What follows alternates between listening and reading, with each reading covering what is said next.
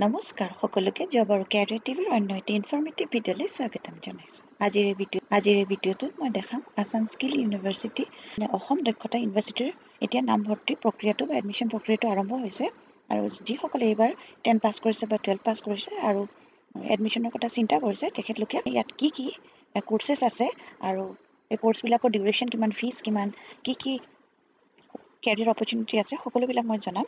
ইয়াত কি কোৰ্চেছ আছে আৰু মই দক্ষতা ইউনিভাৰ্চিটিৰ বিষয়ে অলপমান জনাব বিচাৰোঁ।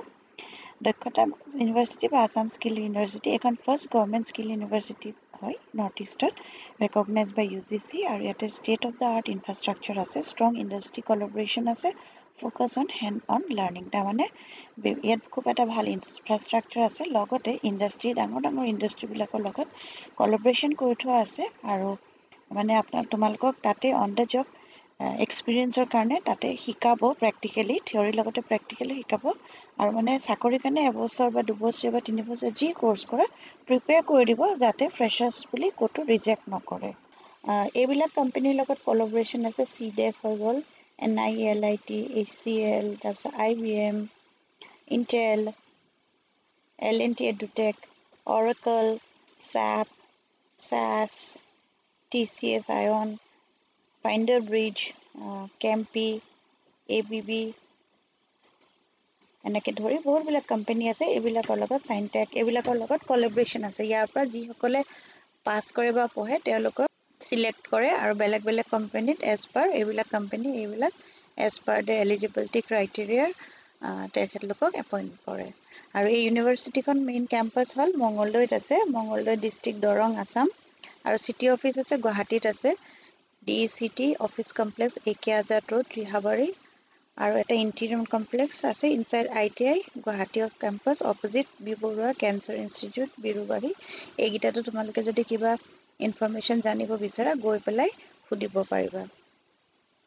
এডমিশ্যন পৰ্টেল আছে, ফি ষ্ট্ৰাকচাৰ, প্ৰস্পেক্টাছ সকলোবোৰ চাবলৈ হ'লে এই ৱেবছাইটটোত গ'লে তোমালোকে পাই যাবা। এডমিশ্যন অ'পেন এতিয়া হৈ আছে, এতিয়া এডমিশ্যন প্ৰচেছটো চলি আছে।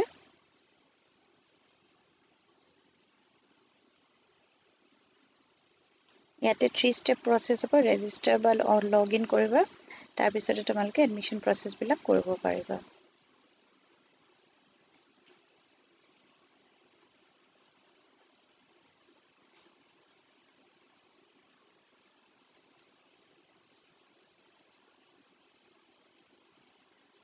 এইখন হৈছে এডমিশ্যনৰ ন'টিছখন, ইয়াতে প্ৰগ্ৰামবিলাক দিয়া আছে, কোনটো কিছুমান 10 পাছৰ ইকুইভেলেণ্টৰ পিছত 3 বছৰ ডিপ্ল'মা আছে, তাৰপিছতে candidate should have studied mathematics with science, ইয়াতে গোটেই ডিটেইলছবিলাক দিয়া আছে। তোমালোকক মই লিংকটো দি দিম, তোমালোকে এবাৰ এইখন খুলি পেলাই পঢ়ি চাই ল'বা। যোনবিলাক কোৰ্চৰ কাৰণে তোমালোক ইণ্টাৰেষ্টেড হয় সেইবিলাক কোৰ্চৰ কাৰণে এপ্লাই কৰিব পাৰিবা। এতিয়া মই প্ৰথমতে দেখাওঁ ডিপ্ল'মা কোৰ্চেছৰ বিষয়ে। ক্লাছ 10 পাছ যদি হয় আৰু ছায়েন্স বা মেথছ থাকে তেতিয়াহ'লে diploma in digital manufacturing technology with specialisation in outsource semiconductor assembly and test. তাৰপিছত ডিপ্ল'মা ইন ইলেক্ট্ৰিক ভেহিকেল, আজিকালি ইলেক্ট্ৰিক ভেহিকেলটো খুব চলিছে, সেইকাৰণে ইয়াতো তোমালোকে ডিপ্ল'মা যদি কোৰ্চ কৰা চাকৰি কৰাৰ সুবিধা থাকে। Integrated BTech in mechanical engineering with specialisation in CAD বা CAM, collaboration with L&T EduTech. Undergraduate courses class 12 pass science streamer কাৰণে BTech in computer science and engineering with honors in AI and ML, collaboration with IBM. তাৰপিছত BTech in computer science and engineering with honors in cyber security, collaboration with IBM. আজিকালি যিহেতু machine learning বা artificial ইণ্টেলিজেন্সৰ যুগ আহিছে সেইকাৰণে এই কোৰ্চকেইটাৰ ভাল scope আছে। BTech in civil engineering with honors in digital transformation in construction, collaboration with L&T, আৰু আছে integrated masters of science in food টেকন'লজিৰো তোমালোকে পঢ়িব পাৰা। তাৰপিছত certificate courses 12 pass in any stream, ইয়াতে আছে এবছৰীয়া certificate course in hospitality housekeeping, এবছৰীয়া কোৰ্চ আছে বিউটি এণ্ড ৱেলনেছত আছে, যিটো কৰি তোমালোকে নিজৰ বিউটি আৰু ৱেলনেছৰ কাম আৰম্ভ কৰিব পাৰিব। ৰিটেইল ছাৰ্ভিচ আছে, ফুড এণ্ড বেভৰেজ ছাৰ্ভিচো আছে। এতিয়া মই অলপমান ডিটেইলছ দেখাই যাওঁ এই কোৰ্চসমূহৰ বিষয়ে।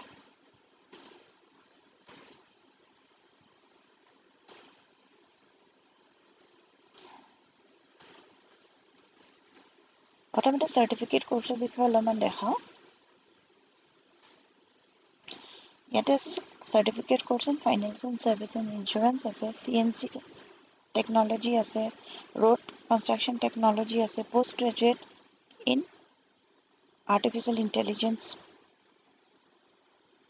এইখিনি মই অলৰেডি যোনখিনি কৈছোঁ।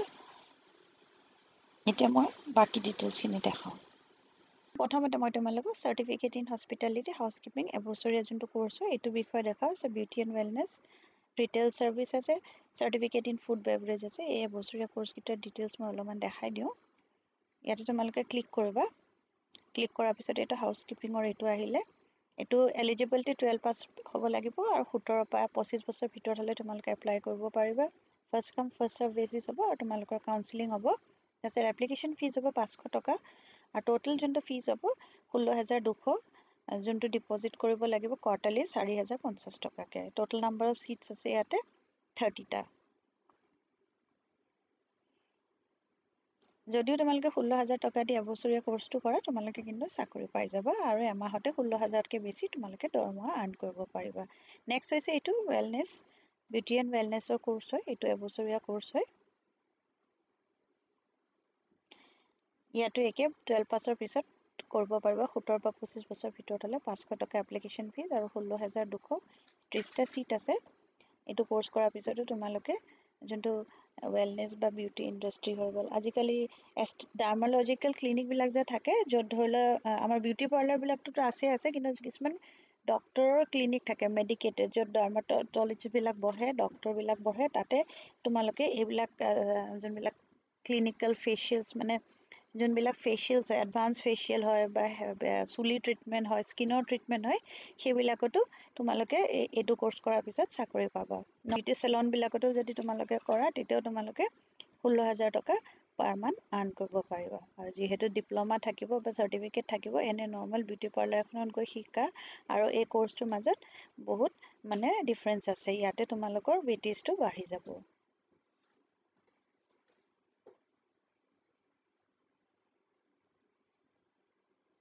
তাৰপিছতে ৰিটেইল ছাৰ্ভিচৰ দেখাইছোঁ মই। ৰিটেইলতো একে 12 পাছৰ পিছত 17 পৰা 25 বছৰ ভিতৰত হ'বলৈ ফিজ একে, 30টা ছিট আছে। আৰু লাষ্টত যোনটো ডিপ্ল'মা কোৰ্চ আছে সেইটো হ'লে ফুড এণ্ড বেভৰেজৰ হয়। এইটো ফুড এণ্ড বেভৰেজ কৰাৰ পিছত তোমালোকে ৰেষ্টুৰেণ্টবিলাকত, স্পেচিয়েলি ৰেষ্টুৰেণ্টবিলাকত তোমালোকে কাম কৰিব পাৰিবা, ডাঙৰ ডাঙৰ হোটেলবিলাকত। তাৰপিছতে তোমাৰ যোনবিলাক কেটাৰিং হাউচ থাকে সেইবিলাকত, ফুড ইণ্ডাষ্ট্ৰি ৰিলেটেড যিবিলাক কোম্পানীজ থাকে সেইবিলাকত তোমালোকে চাকৰি পোৱাৰ সম্ভাৱনা থাকে। বাকী কোৰ্চখিনিৰ বিষয়ে ডিটেইলছত মই আৰু এটা ভিডিঅ' বনাম। এইটো ভিডিঅ'ত মই জনাবলগীয়া ইমানেই আছিলে। তোমালোকে যদি এলিজিবল আৰু ইণ্টাৰেষ্টেড হোৱা তেন্তে এই কোৰ্চকেইটাৰ কথা ভাবিব পাৰা আৰু এডমিশ্যন প্ৰচেছটোৰ কাৰণে যদি কিবা কুৱেৰি আছে বা জানি ল'বলৈ আছে মোক তোমালোকে কমেণ্ট কৰি সুধিব পাৰিবা।